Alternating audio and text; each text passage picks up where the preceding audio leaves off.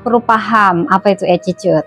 Attitude atau sikap itu adalah perasaan atau opini kita tentang seseorang atau cara berperilaku seseorang. Attitude juga bisa kita katakan bahasa atau postur tubuh yang merepresentasikan sikap dan kondisi mental kita. Dalam psikologi, arti attitude itu adalah kumpulan emosi, keyakinan, dan perilaku kita terhadap suatu objek, orang, ataupun kejadian. Attitude ini dibentuk oleh beberapa komponen, saudara. Ada yang kita sebut komponen afektif, bagaimana suatu objek atau peristiwa dari kehidupan seseorang membentuk perasaannya. Komponen kognitif, bagaimana pemikiran ataupun opini tentang objektif membentuk cara pandangnya, membentuk kecerdasannya. Dan komponen perilaku, bagaimana pemikiran dan opini kita mempengaruhi perilaku kita. Jadi, faktor pembentuk attitude ini dapat dipengaruhi oleh beberapa hal, pengalaman masa lalu seseorang. Bila dia punya pengalaman yang positif, pasti akan membentuk sikap atau attitude yang positif dan sebaliknya.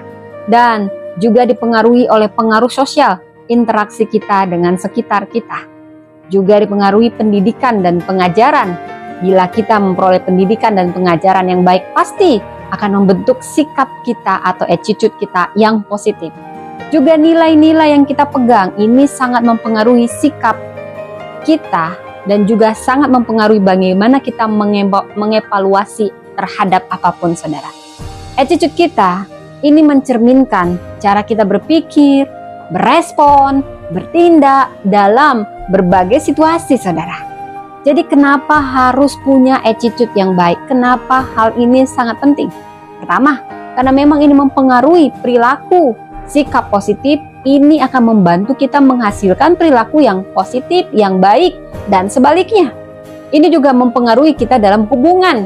Sikap yang positif, bila kita punya kesabaran, keramahan, toleransi, akan membangun hubungan kita secara kuat dan positif dengan orang lain.